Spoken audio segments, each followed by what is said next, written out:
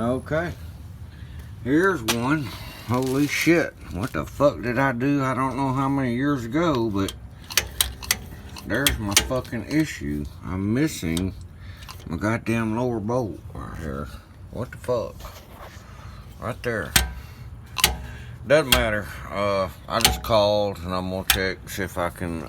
Damn, I've been driving this thing for like years. Fuck.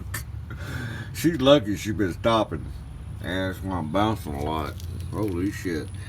Well, fuck, I gotta put it back together now. Go down and get my bolts and come back.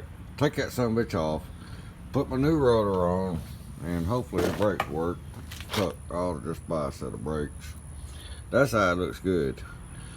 I'm not too sure about this side with that wear. And I ain't got time to fuck with it right now.